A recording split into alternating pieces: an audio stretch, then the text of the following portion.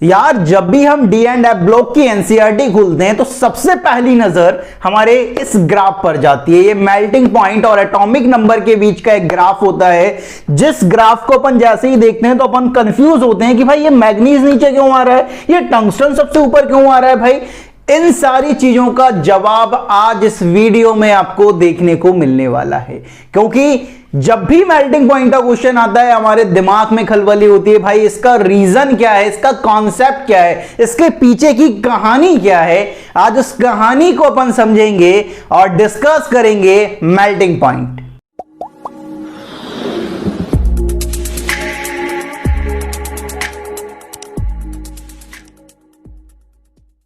Hello everyone, कैसे हैं आप लोग। This is chemistry Baba, welcome to chemistry Adda MP04। आज इस वीडियो में बात करने वाले हैं मेल्टिंग पॉइंट पर कि मेल्टिंग पॉइंट का कॉन्सेप्ट क्या होता है और उस ग्राफ को भी समझेंगे जो ग्राफ आपके दिमाग में खलबली करता है। भाई ठीक है, क्या करता है, खलबली। ठीक है, तो आज अपन डिस्कस करेंगे मेल्टिंग पॉइंट। तो सबसे पहले जो अपन डिस्कस करने वाले हैं, सबसे पहला आज का जो टॉपिक होने वाला है वो है मेल्टिंग पॉइंट ऑफ मेटल। कि मेल्टिंग पॉइंट ऑफ मेटल अपन किस तरह से निकालते हैं। मेल्टिंग पॉइंट ऑफ मेटल, किसका, मेटल का। मेल्टिंग पॉइंट ऑफ मेटल, ऐसा देखा जाता है कि जो मेल्टिंग पॉइंट होता है मेटल का वो डायरेक्टली प्रोपोर्शनल होता है मेटेलिक बॉन्ड स्ट्रेंथ पर। कि आपकी जो बॉन्ड की स्ट्रेंथ है, नॉर्मल सी बात है, मेटल है, मेटल बॉन्ड बनाएगा, मेटेलिक बॉन्ड बनाएगा। अब जो बॉन्ड बना है उसकी मजबूती कितनी है उस पर डिपेंड करता है। कि अगर वो बॉन्ड मजबूत अच्छा है, ज्यादा स्ट्रेंथ है उसकी, तो उसका मेल्टिंग पॉइंट ज्यादा होने वाला है। अगर बॉन्ड स्ट्रेंथ कम है, मेटेलिक बॉन्ड स्ट्रेंथ कम है, तो उसका मेल्टिंग पॉइंट कम होने वाला है। तो ऐसा देखा जाता है कि जो मेल्टिंग पॉइंट ऑफ मेटल होता है वो डायरेक्टली प्रोपोर्शनल होता है किसके, मेटेलिक बॉन्ड स्ट्रेंथ पर। किस पर, मेटेलिक बॉन्ड स्ट्रेंथ पर डिपेंड करता है। मेटेलिक बॉन्ड स्ट्रेंथ, जिसे शॉर्ट में अपन क्या लिखेंगे, MBS। क्या, MBS, मेटेलिक बॉन्ड स्ट्रेंथ। कि melting point of metal metallic bond strength पर डिपेंड कर रहा है कि अगर मेटेलिक बॉन्ड स्ट्रेंथ ज्यादा, मेल्टिंग पॉइंट ज्यादा, मेटेलिक बॉन्ड स्ट्रेंथ कम, आपका मेल्टिंग पॉइंट ऑफ मेटल कम हो जाएगा। अब बात आती है कि मेटेलिक बॉन्ड स्ट्रेंथ हम किस तरह से पता करें कि मेटेलिक बॉन्ड स्ट्रेंथ ज्यादा है या कम है। नॉर्मल सी बात है कि मेटेलिक बॉन्ड जब बनता है उसमें बैलेंस इलेक्ट्रॉन इन्वॉल्व होते हैं। कि जितने ज्यादा बैलेंस इलेक्ट्रॉन इन्वॉल्व होंगे उतना ज्यादा मेटेलिक बॉन्ड स्ट्रॉन्ग बनेगा। तो सबसे पहले बात तो आती है कि पहला फैक्टर आता है नंबर ऑफ बैलेंस इलेक्ट्रॉन और दूसरा आता है आपके पास साइज।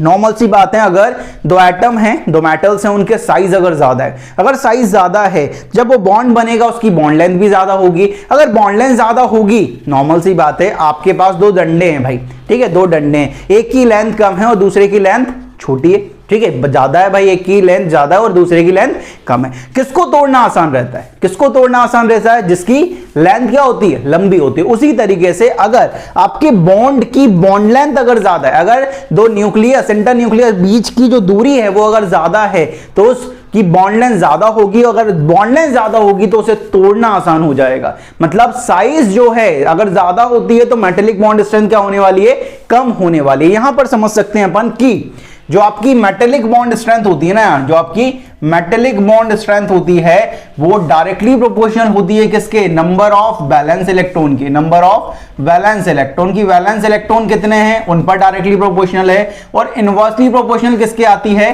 साइज की आती है। इनवर्सली प्रोपोर्शनल साइज क्या आते हैं, क्योंकि वैलेंस इलेक्ट्रॉन तो मेटेलिक बॉन्ड में इन्वॉल्व होते हैं कि जितने ज्यादा ये इन्वॉल्व होंगे उतनी ज्यादा मेटेलिक बॉन्ड स्ट्रेंथ आने वाली है। दूसरा फैक्टर है आपके पास साइज, कि अगर आपका जो साइज है, अगर आपका साइज ज्यादा हो जाता है, सपोज क्या होता है, आपका साइज जो है वो ज्यादा हो जाए, साइज अगर ज्यादा होता है, साइज ज्यादा होने से क्या होता है, आपकी जो बॉन्ड लेंथ होती है वो बढ़ जाती है। इस बात का ध्यान रखें, आपकी बॉन्ड लेंथ बढ़ जाती है और बॉन्ड लेंथ बढ़ेगी तो बॉन्ड की मजबूती क्या हो जाएगी, कम हो जाएगी। मतलब जो बॉन्ड स्ट्रेंथ रहेगी यहां पर, मेटेलिक बॉन्ड स्ट्रेंथ जो रहेगी, मेटेलिक बॉन्ड स्ट्रेंथ वो क्या होने वाली है, कम होने वाली है। इस बात का ध्यान रखें अगर साइज ज्यादा है तो ये हमारे पास मेटेलिक बॉन्ड स्ट्रेंथ को अफेक्ट करने वाले दो फैक्टर, पहला नंबर ऑफ बैलेंस इलेक्ट्रॉन और दूसरा साइज। ठीक है, अब यहां पर अगर बात करें, जैसे कि अपन एस ब्लॉक के मेटल्स कंपेयर करते हैं कि एस ब्लॉक के जो मेटल्स हैं उनमें जो मेल्टिंग पॉइंट का ऑर्डर है वो किस तरह से आता है। तो नेक्स्ट जो हमारे पास आ रहा है वो है 4s ब्लॉक। क्या है भाई, 4s ब्लॉक, एस ब्लॉक। अब एस ब्लॉक में हमारे पास दो ग्रुप हैं, कौन कौन से हैं? एक हमारे पास फर्स्ट ए है और दूसरा हमारे पास क्या है? Second A. फर्स्ट ए और सेकंड ए। अब इन दोनों में बात करते हैं कि इन दोनों में मेल्टिंग पॉइंट किसका ज्यादा होगा, फर्स्ट ए का ज्यादा होगा या सेकंड ए का ज्यादा होगा। यहां पर समझे कि अगर दोनों में अगर वैलेंस इलेक्ट्रॉन देखा जाए तो फर्स्ट ग्रुप में एक वैलेंस इलेक्ट्रॉन होगा और सेकंड में दो वैलेंस इलेक्ट्रॉन होंगे। दूसरा अगर इनकी साइज देखा जाए, साइज का अगर बता करें तो अपन जब फर्स्ट ए से सेकंड ए की तरफ मूव करेंगे अलोंग दी पीरियड मूव करूंगा, Z इफेक्टिव बढ़ेगा तो साइज क्या होगा? कम होगा। मतलब फर्स्ट ए की साइज क्या होने वाली है? ज्यादा होने वाली है और सेकंड ए की साइज कम होने वाली है। यहां पर अगर सेकंड ए को थोड़ा गौर से देखो कि इसके फर्स्ट ए के रेस्पेक्ट में इसके पास ज्यादा वैलेंस इलेक्ट्रॉन है और इसका साइज फर्स्ट ए के रेस्पेक्ट में कम होने वाला है। मतलब अगर ये ज्यादा तो मेटेलिक बॉन्ड स्ट्रेंथ ज्यादा, साइज कम तो मेटेलिक बॉन्ड स्ट्रेंथ ज्यादा। तो ये दोनों फैक्टर किसको फेवर कर रहे हैं कि सेकंड ए का मेल्टिंग पॉइंट ज्यादा हो। तो यहां से अपन निकाल सकते हैं कि यहां से ये निकल रहा है भाई कि हमारा जो सेकंड ए है उसका मेल्टिंग पॉइंट फर्स्ट ए के रेस्पेक्ट में क्या होने वाला है? ज्यादा होने वाला है। इस बात का ध्यान रखेंगे। अब आगे बढ़ते हैं और फर्स्ट ए में कंपेयर करते हैं कि फर्स्ट ए में मेल्टिंग पॉइंट का क्या ऑर्डर होने वाला है। यहां पर देखें कि अगर हम फर्स्ट ए का कंपेयर करें, किसका करें? फर्स्ट ए का कंपेयर करें कि फर्स्ट ए में क्या ऑर्डर होने वाला है। फर्स्ट ए में कौन कौन से मेंबर हैं? लिथियम है, सोडियम है, पोटेशियम है, रुबिडियम है और सीजियम है। अगर इनका कंपेयर करें तो ऊपर से नीचे अगर मैं कंपेयर करता हूं, ठीक है, ग्रुप में मूव कर रहा हूं, along the group top to bottom move कर रहा हूं। नॉर्मल सी बात है, नंबर ऑफ वैलेंस इलेक्ट्रॉन तो सेम ही रहेंगे कि वैलेंस इलेक्ट्रॉन तो सब में एक ही है, लेकिन ऊपर से नीचे जाने पर क्या हो रहा है? नंबर ऑफ शेल कंटिन्यूअसली बढ़ रहा है। नंबर ऑफ शेल कंटिन्यूअसली बढ़ रहा है भाई। लिथियम में 2 शेल हैं, सोडियम में 3 आ गई, फिर 4, फिर 5 और फिर 6। अगर शेल बढ़ती जा रही है तो न्यूक्लियस से दूरी बढ़ती जा रही है और न्यूक्लियस से दूरी बढ़ रही है मतलब साइज बढ़ रही है। मतलब यहां पर नंबर ऑफ शेल बढ़ गई मतलब साइज बढ़ गई यार। और साइज बढ़ गई है तो आपकी मेटेलिक बॉन्ड स्ट्रेंथ का क्या हो रहा होगा कि मेटेलिक बॉन्ड स्ट्रेंथ यहां पर कम हो रही होगी। और मेटेलिक बॉन्ड स्ट्रेंथ कम हो रही है तो आपका मेल्टिंग पॉइंट भी क्या हो रहा होगा? कम हो रहा होगा। मतलब सबसे ज्यादा किसका? लिथियम का, फिर sodium, then potassium, then rubidium, then caesium का मेल्टिंग पॉइंट होने वाला है। ये फर्स्ट ए का ऑर्डर है भाई, ये फर्स्ट ए का ऑर्डर आ गया। अब सेकंड ए का कोई पूछे कि भाई सेकंड ए का ही बता दो, क्या करो? सेकंड ए का भी हमें बता दो कि सेकंड ए का ऑर्डर क्या होगा। सेकंड ए में कौन कौन से मेंबर हैं कि हमारे पास है beryllium, magnesium, then calcium, then strontium, then barium. बेटा मांगे कार स्कूटर बैग, मतलब बेरियम, मैग्नीशियम, कैल्शियम, स्ट्रोंशियम और बेरियम। अब इनका कंपेयर करते हैं कि इनका मेल्टिंग पॉइंट का ऑर्डर क्या आने वाला है। ठीक है, जैसा अपन ने फर्स्ट डे का निकाला ना, बिल्कुल सेम तरीके से अपन सेकंड डे का भी निकाल सकते हैं, लेकिन सेकंड ए में कुछ नया आने वाला है। तो पूरा फोकस होकर देखना यार। यहां पर देखें फर्स्ट सेकंड डे में कंपेयर करें तो ऊपर से नीचे मूव कर रहा हूं। क्या कर रहा हूं मैं? ऊपर से नीचे मूव कर रहा हूं, ऊपर से नीचे, टॉप टू बॉटम मूव कर रहा हूं, टॉप टू बॉटम मूव कर रहा हूं। एक बात तो साफ है कि इन सब में सेकंड ए के मेंबर हैं और सेकंड ए के मेंबर में वैलेंस इलेक्ट्रॉन कितने होने वाले हैं? सबके पास 2 वैलेंस इलेक्ट्रॉन होने वाले। मतलब ये वाला फैक्टर तो सब में कॉमन है, ठीक है, सब में सेम है। अब लेकिन ऊपर से नीचे मूव करने पर नंबर ऑफ शेल बढ़ रही है। नंबर ऑफ शेल क्या हो रही है? कंटिन्यूअसली बढ़ रही है। और नंबर ऑफ शेल बढ़ रही है तो साइज भी क्या हो रही होगी? बढ़ रही होगी। और साइज बढ़ रही है तो आपकी मेटेलिक बॉन्ड स्ट्रेंथ का क्या हो रहा होगा कि मेटेलिक बॉन्ड स्ट्रेंथ कम हो रही होगी। और मेटेलिक बॉन्ड स्ट्रेंथ कम हो रही है तो आपका मेल्टिंग पॉइंट क्या हो रहा होगा? आपका मेल्टिंग पॉइंट क्या हो रहा होगा? कम हो रहा होगा कि नहीं हो रहा होगा? कम हो रहा होगा। मतलब ऊपर से नीचे जाने पर मेल्टिंग पॉइंट कम होता है। लेकिन ऐसा देखा जाता है कि इन सब में मिनिमम जो मेल्टिंग पॉइंट होता है ना, वो मैग्नीशियम का होता है। मैग्नीशियम का सबसे लास्ट में आउट आता है। मतलब ऑर्डर की अगर कोई बात करे, ऑर्डर ये होता है सेकंड डे का सबसे ज्यादा बेरिलियम, देन आपका कैल्शियम, देन आपका स्ट्रोंशियम, देन आपका बेरियम, और सबसे कम होता है मैग्नीशियम का। सेकंड डे में सबसे कम मेल्टिंग पॉइंट होता है मैग्नीशियम का। कि ऐसा क्यों होता है भाई? ये क्यों पीछे चला गया? इसके पीछे का लॉजिक ये है कि मैग्नीशियम के जब आप स्ट्रक्चर की बात करते हो, ठीक है, जब आप मॉलिक्यूलर लेवल पर बात करते हो तो आपको पता चलता है कि जो मैग्नीशियम होता है उसमें जो पैकेजिंग होती है वो इतनी अच्छी नहीं होती। मतलब पुअर पैकेजिंग होती है भाई यहां पर, ठीक है। यहां पर आप इसके सॉलिड को देखोगे तो यहां पर ये जो है भाई इसकी पुअर पैकिंग होती है, और पुअर पैकिंग होने की वजह से इसका मेल्टिंग पॉइंट अपने ग्रुप के मेंबर में सबसे पीछे होता है। बेरिलियम का मैग्नीशियम है, मैक्सिमम है, और मैग्नीशियम जो है उसका सबसे लास्ट है। इस बात का ध्यान रखेंगे, यहां पर मैग्नीशियम सबसे नीचे उठ के आता है क्योंकि उसकी पुअर पैकिंग होती है। इस बात का ध्यान रखेंगे, ठीक है। लॉजिक समझ आ रहा है मेटेलिक बॉन्ड स्ट्रेंथ का, कि मेटेलिक बॉन्ड स्ट्रेंथ दो फैक्टर देख लो, और जैसे दो फैक्टर देखोगे आपके पास आंसर अपने आप आने वाला है, ठीक है। तो ये बात हुई एस ब्लॉक की, लेकिन अभी जो आपका मेल्टिंग पॉइंट है वो खत्म नहीं हुआ है दोस्त। अभी अपन को डी ब्लॉक का ग्राफ भी तो समझना है। अब वो मैग्नीज नीचे क्यों आ रहा था, टंगस्टन ऊपर क्यों आ रहा था, उन सारी चीजों को भी तो देखना है, ठीक है। लेकिन बोर्ड में जगह बची नहीं है, तो जल्दी से ले लो इसका स्क्रीनशॉट। तो ले लिया है आपने इसका स्क्रीनशॉट। आगे बढ़ते हैं और डिस्कस करते हैं melting point of D block. Next हमारे पास आ रहा है यार डी ब्लॉक की। डी ब्लॉक में मेल्टिंग पॉइंट अपन किस तरह से कंपेयर करेंगे उसकी बात करते हैं। पहले अपन क्या करते हैं, एस ब्लॉक और डी ब्लॉक को कंपेयर करते हैं कि इन दोनों में किसका मेल्टिंग पॉइंट ज्यादा होता है, ठीक है। अपन कंपेयर कर रहे हैं सबसे पहले क्या, S block and D block, इन दोनों में भाई किसका ज्यादा है। ऐसा देखा जाता है कि जो डी ब्लॉक वाले होते हैं मेटल्स, उनका मेल्टिंग पॉइंट एस ब्लॉक के कंपैरिजन में क्या होता है, ज्यादा होता है। एस ब्लॉक के कंपैरिजन में क्या होता है, ज्यादा होता है। क्यों होता है, क्योंकि जब आप एस ब्लॉक को देखोगे तो एस ब्लॉक के अंदर सिर्फ मेटेलिक बॉन्ड प्रेजेंट होता है। क्या होता है, मेटल्स के बीच में क्या होता है, मेटेलिक बॉन्ड प्रेजेंट होता है। लेकिन डी ब्लॉक के अंदर दो टाइप की बॉन्डिंग प्रेजेंट होती है। कौन कौन सी, एक होती है मेटेलिक बॉन्डिंग, एक होती है कौन सी, मेटेलिक बॉन्डिंग, और दूसरी जो होती है वो होती है यहां पर कोवैलेंट बॉन्डिंग। क्या होती है, कोवैलेंट बॉन्ड भी प्रेजेंट होता है, ठीक है। तो यहां पर अगर एस ब्लॉक और डी ब्लॉक में कंपेयर कर रहे हो तो एस ब्लॉक में तो सिर्फ मेटेलिक बॉन्ड है, जो कौन बना रहा होगा, balance electron of metal. Metal के जो बैलेंस इलेक्ट्रॉन होंगे वो मेटेलिक बॉन्ड फॉर्म कर रहे होंगे। लेकिन डी ब्लॉक में दो टाइप की बॉन्डिंग देखी जाती है, एक होती है मेटेलिक बॉन्डिंग और दूसरी होती है कोवैलेंट बॉन्ड। कोवैलेंट बॉन्ड भी बनाता है ये मेटल। होता क्या है कि मेटेलिक बॉन्ड जो है उसमें तो वैलेंस इलेक्ट्रॉन इन्वॉल्व है। मेटेलिक बॉन्ड में आपके जो वैलेंस इलेक्ट्रॉन है वो इन्वॉल्व है। यहां पर भी क्या है, इसके वैलेंस इलेक्ट्रॉन जो है वो इन्वॉल्व है। लेकिन डी ब्लॉक के अंदर कोवैलेंट बॉन्डिंग होती है। कोवैलेंट बॉन्डिंग में कौन होते हैं भाई, अनपेयर्ड इलेक्ट्रॉन ऑफ n-1d। क्या होते हैं, unpaired electron of n-1d। n-1d के जो अनपेयर्ड इलेक्ट्रॉन होते हैं वो कोवैलेंट बॉन्ड भी बनाते हैं, जिसकी वजह से यहां पर जो बॉन्ड स्ट्रेंथ है डी ब्लॉक में, जो वो बॉन्ड स्ट्रेंथ ज्यादा होती है as compare to S block, जिसके कारण वो ज्यादा टेंपरेचर पर, ज्यादा हीट देने पर मेल्ट होने वाला है, ठीक है। तो यहां पर मेल्टिंग पॉइंट ज्यादा होता है as compare to S block, क्योंकि एस ब्लॉक में तो सिर्फ मेटेलिक बॉन्डिंग है, लेकिन डी ब्लॉक को जब आप देखते हो तो मेटेलिक भी है और साथ में कोवैलेंट भी है। कोवैलेंट कौन बना रहा है, unpaired electron of n-1d। n-1d के जो अनपेयर्ड इलेक्ट्रॉन हैं वो बना रहे हैं कोवैलेंट बॉन्ड, ठीक है। तो दो टाइप की बॉन्ड प्रेजेंट होने की वजह से इसकी मजबूती बहुत ज्यादा, और मजबूती बहुत ज्यादा तो मेल्टिंग पॉइंट भी ज्यादा आता है, ठीक है। तो ये डी ब्लॉक और एस ब्लॉक में कंपैरिजन। अब बात करते हैं डी ब्लॉक में, ठीक है। एक बात साफ है यहां से कि जितने ज्यादा अनपेयर्ड इलेक्ट्रॉन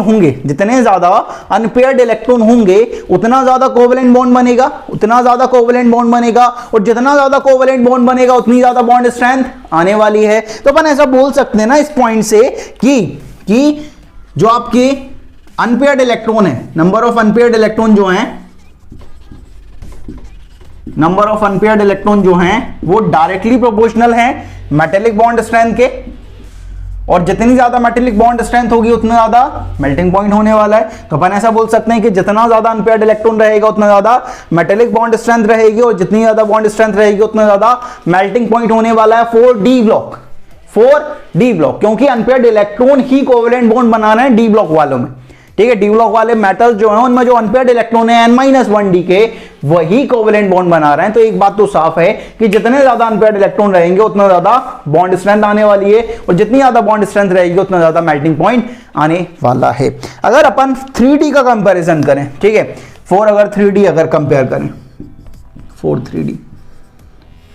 3D में आपके पास कौन कौन से हैं भाई, स्कैंडियम है, टाइटेनियम है, वेनेडियम है, क्रोमियम है, मैग्नीज है, आयरन है, कोबाल्ट है, निकल है, कॉपर है और जिंक है, ये है, ठीक है। अब यहां पर अगर नंबर ऑफ अनपेयर्ड इलेक्ट्रॉन की कोई बात करें कि नंबर ऑफ अनपेयर्ड इलेक्ट्रॉन कितने, number of unpaired electron, number of unpaired electron. तो यहां देख रहे हो स्कैंडियम पे 1 होता है, टाइटेनियम पे 2, वैनेडियम पे 3, क्रोमियम पे 6 होता है, मैग्नीज पे 5 होता है, देन यहां पर 4, देन 3, देन 2, देन 1 और देन 0।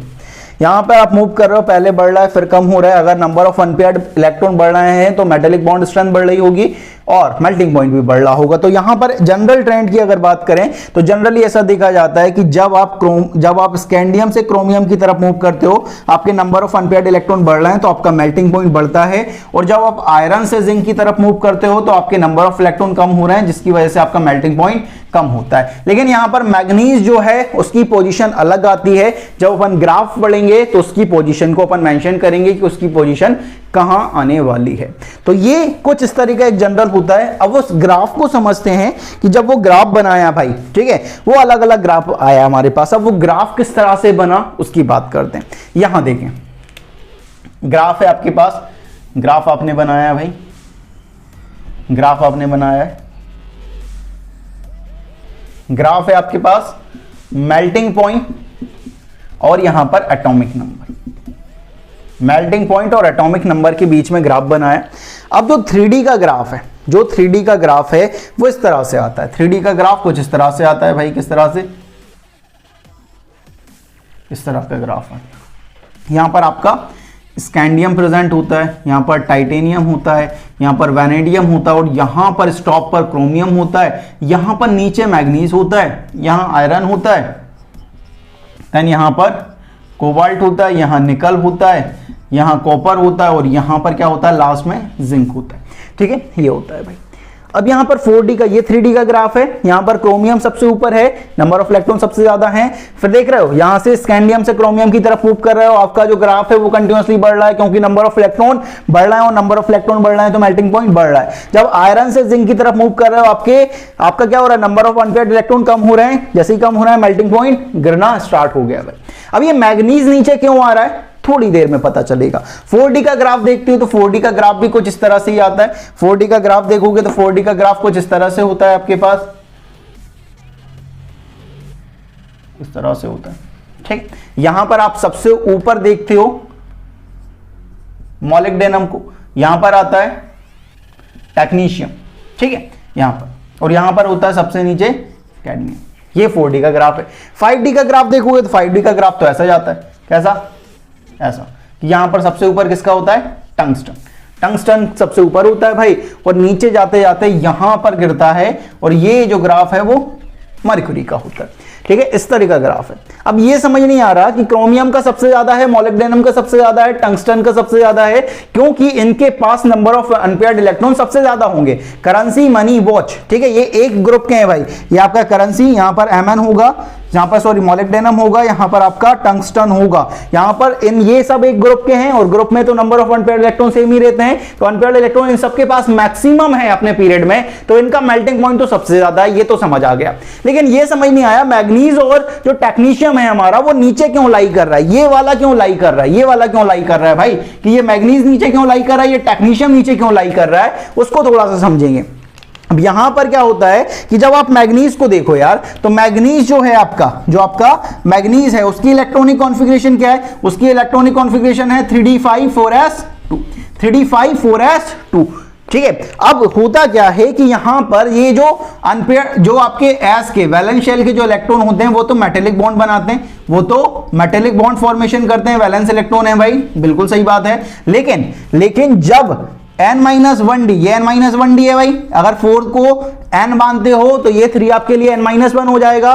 ठीक है, ये n-1d के ये जो इलेक्ट्रॉन होते हैं वो कोवेलेंट बॉन्डिंग नहीं बनाते हैं, वो कोवेलेंट बॉन्डिंग नहीं बनाते हैं। क्यों नहीं बनाते हैं, वो बोलते हैं भाई हम तो पहले से ही स्टेबल हैं, हम तो पहले से ही क्या है, स्टेबल हैं भाई। ये हाफ फिल्ड है, half filled D configuration, half filled D है भाई।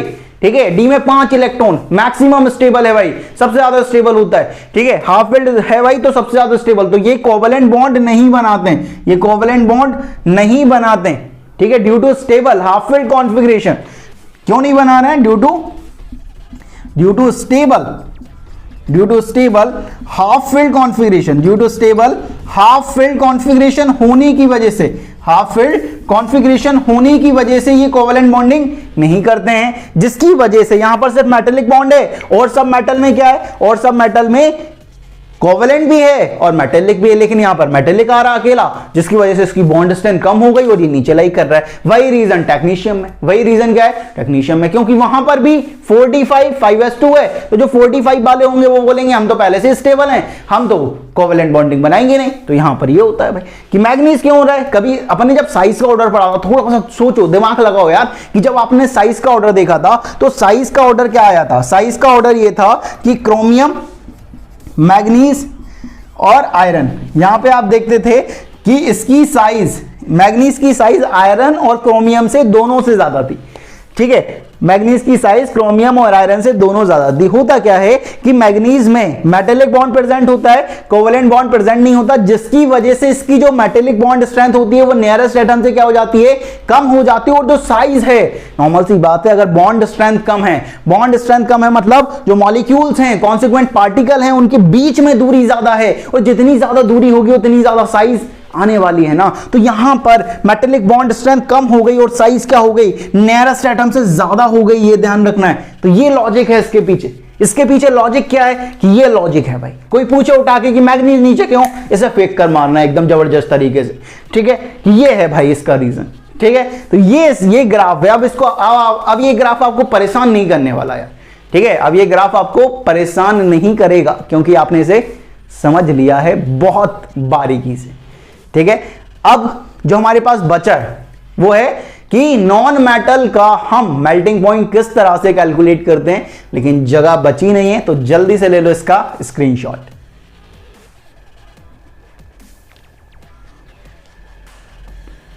तो ले लिया है आपने इसका स्क्रीनशॉट। आगे बढ़ते हैं और डिस्कस करते हैं melting points of non metal. Next यार हमारे पास निकल रहा है कि melting point of non metal अपन किस तरह से फाइंड करेंगे। तो जो मेल्टिंग पॉइंट होता है नॉन मेटल का वो डायरेक्टली प्रोपोर्शनल होता है van der Waals force of attraction में, क्योंकि ज्यादातर जो नॉन मेटल्स होते हैं उनमें जो फोर्स ऑफ अट्रैक्शन काम करता है वो है van der Waals force of attraction, कि जितना ज्यादा ये van der Waals force of attraction होगा उतना ज्यादा मेल्टिंग पॉइंट होने वाला है नॉन मेटल का, और जितना कम van der Waals force of attraction होगा उतना कम मेल्टिंग पॉइंट नॉन मेटल का होने वाला है। अब बात आती है कि ये जो van der Waals force of attraction है वो किन फैक्टर से बढ़ेगा और किन फैक्टर से कम होगा, उनकी बात करते हैं। तो जो van der Waals force of attraction होता है वो डायरेक्टली प्रोपोर्शनल होता है सरफेस एरिया के, कि सरफेस एरिया कितना है भाई नॉन मेटल का, ठीक है। सरफेस एरिया का सिंपल सा मतलब है कि अगर किसी नॉन मेटल का साइज अच्छा है, अगर साइज अच्छा है, साइज अच्छा होगा तो नॉर्मल सी बात है उसकी जो सरफेस एरिया है वो भी ज्यादा आने वाला है। तो अपन सरफेस एरिया की जगह साइज भी ले सकते हैं कि अगर आपका सरफेस एरिया ज्यादा है तो नॉर्मल सी बात है कि उसका साइज भी ज्यादा होगा। तो ऐसा देखा जाता है कि van der Waals force of attraction surface area के डायरेक्टली प्रोपोर्शनल होता है, कि सरफेस एरिया ज्यादा होगा तो van der Waals force of attraction ज्यादा होगा। और दूसरा फैक्टर आता है मास के, मास की, मास कितना है भाई, कि ऐसा देखा जाता है कि ये डायरेक्टली प्रोपोर्शनल होता है कि अगर मास ज्यादा होगा तो van der Waals force of attraction ज्यादा होगा, मास कम होगा तो van der Waals force of attraction कम होने वाला है। तो दो factor surface area and mass दोनों के डायरेक्टली प्रोपोर्शनल है। अब देखते हैं, जैसे कि कोई कहे कि हमारे पास इनर्ट गैसेस हैं, कौन कौन से हैं हमारे पास, है हीलियम, हेमाने, अरुण, क्रासी, ठीक है। रेडॉन नहीं कहना है क्योंकि रेडियोएक्टिव होता है। हीलियम, नियोन, आर्गन, क्रिप्टॉन और ज़ेनन, इनका अगर कंपेयर करें तो ऊपर से नीचे जाने पर एक्चुअल में हो क्या रहा है, ऊपर से नीचे आप जब मूव कर रहे हो तो हर एक पीरियड में नई नई शेल ऐड होती जा रही है। तो नंबर ऑफ शेल तो कंटिन्यूअसली क्या हो रहा होगा, नंबर ऑफ शेल तो कंटिन्यूअसली बढ़ रहा होगा, और नंबर ऑफ शेल बढ़ रहा है तो साइज भी बढ़ रही है, साइज बढ़ रही है तो सरफेस एरिया बढ़ रहा है, ठीक है। और ऊपर से नीचे जाने पर मास भी क्या हो रहा होगा, बढ़ रहा होगा। अगर साइज बढ़ रही है, मास बढ़ रहा है तो van der Waals force of attraction भी क्या हो रहा होगा, बढ़ रहा होगा। अगर van der Waals force of attraction बढ़ रहा है तो इसका मेल्टिंग पॉइंट भी क्या हो रहा होगा, बढ़ रहा होगा, कम नहीं हो रहा होगा, बढ़ रहा होगा भाई, ठीक है। तुम क्यों गलत जा रहे हो दोस्त, ठीक है। तो मेल्टिंग पॉइंट क्या हो रहा होगा, बढ़ रहा होगा। तो ऊपर से नीचे जाने पर आपका मेल्टिंग पॉइंट बढ़ रहा होगा। हीलियम से ज्यादा नियोन, नियोन से ज्यादा आर्गन, आर्गन से ज्यादा क्रिप्टॉन, क्रिप्टॉन से ज्यादा ज़ेनन का मेल्टिंग पॉइंट होने वाला है। कोई कहे कि हैलोजन का कंपेयर करो तो बड़ा आसान है यार। हैलोजन लिखता हूं मैं यहां पर लिखता हूं कौन कौन है, F2 है, Cl2 है, Br2 है और I2 है। ठीक है, तो यही है। इनमें अगर कंपेयर करना है तो ऊपर से नीचे जा रहा हूं, शेल बढ़ रही है, शेल बढ़ने से साइज बढ़ रही है, साइज बढ़ने से मास बढ़ रहा है, मास बढ़ने से one over force of attraction बढ़ रहा है, और one over force of attraction बढ़ रहा है तो मेल्टिंग पॉइंट भी बढ़ रहा होगा। मतलब F2 से ज्यादा Cl2, Cl2 से ज्यादा Br2, Br2 से ज्यादा I2 होने वाला है। नॉर्मल सी बात है, ये दोनों गैसेज होते हैं, ये लिक्विड होता है और ये सॉलिड होता है, तो ऊपर से नीचे जाओगे तो मेल्टिंग पॉइंट बढ़ेगा कि नहीं बनेगा, समझ रहे हो? ये दोनों गैसेज होती हैं, याद रखना है। अगर बात करें तो ये दोनों जो हैं F2 और Cl2 ये गैसेज हैं, ठीक है। Br2 आपका लिक्विड होता है, ठीक है, और ये आपका सॉलिड होता है, वॉलेट ब्लैक सॉलिड, ठीक है, ये ध्यान रखना है। तो ऊपर से नीचे जाओगे तो मेल्टिंग पॉइंट तो बढ़ेगा भाई, ये कंफर्म बात है। तो ये बात हुई नॉन मेटल की, कि नॉन मेटल में मेल्टिंग पॉइंट अपन कुछ इस तरह से निकाल सकते हैं। तो आज अपन ने मेल्टिंग पॉइंट पूरा डिस्कस कर लिया है कि मेल्टिंग पॉइंट का क्या लॉजिक है, ठीक है। मतलब मेल्टिंग पॉइंट का कॉन्सेप्ट बच्चों को पता नहीं समझ क्यों नहीं आता, मतलब छोटा सा टॉपिक है लेकिन हर एक चैप्टर में मिल जाएगा। पी ब्लॉक में तुम्हें देखने को मिल जाता है, डी एंड एफ में मिल जाता है, एस ब्लॉक में देखने को मिल जाता है। जब अपन पढ़ते हैं तो अपन को लगता है यार ये मेल्टिंग पॉइंट का क्या लोचा है, इतना सा तो है, याद कर लेते हैं। लेकिन याद करेंगे तो भूलने का चांस तो रहेगा यार दोस्त, ठीक है। तो उससे अच्छा है कि अपन कुछ समझ लें इसे, ठीक है। अगर समझ लिया एक बार तो बार बार रटने की जरूरत नहीं पड़ेगी आपको, और रटना नहीं है तो फिर भाई सिलेक्शन पक्का है। क्योंकि याद रखें कि आईआईटी में भाई रैंचों का होता है, ठीक है, चतुर का नहीं होता, ठीक है। बता दिया जाता है फिल्मों में कि भाई चतुर भी आईआईटी में पहुंच जाते हैं, चतुर नहीं पहुंच पाते, रैंचो ही आईआईटी में जाते हैं, इस बात का ध्यान रखो। तो रैंचो बनो भाई, समझो टॉपिक को, ठीक है। रैंचो बनने का सिंपल सा मतलब ये नहीं है कि आमिर खान की हेयर स्टाइल या जो भी वो कपड़े पहनता था उस तरह के पहनना स्टार्ट कर देना। रैंचो जो काम कर रहा था उसकी जो इमेजिनेशन बनाई गई थी रैंचो की, कि एक जो पर्सनालिटी बना देते हैं ना कि रैंचो भाई ये मतलब हर चीज को सीख रहा है, तो उसी तरीके से आपको सीखना है बस, और जैसे जैसे सीखते जाओगे वैसे वैसे बढ़ते जाओगे। तो इस वीडियो में बाबा जी की तरफ से इतना ही, मिलते हैं नेक्स्ट वीडियो में नए कॉन्सेप्ट के साथ। लेकिन जाने से पहले लाइक शेयर और सब्सक्राइब करना ना भूलें। मिलते हैं नेक्स्ट वीडियो में।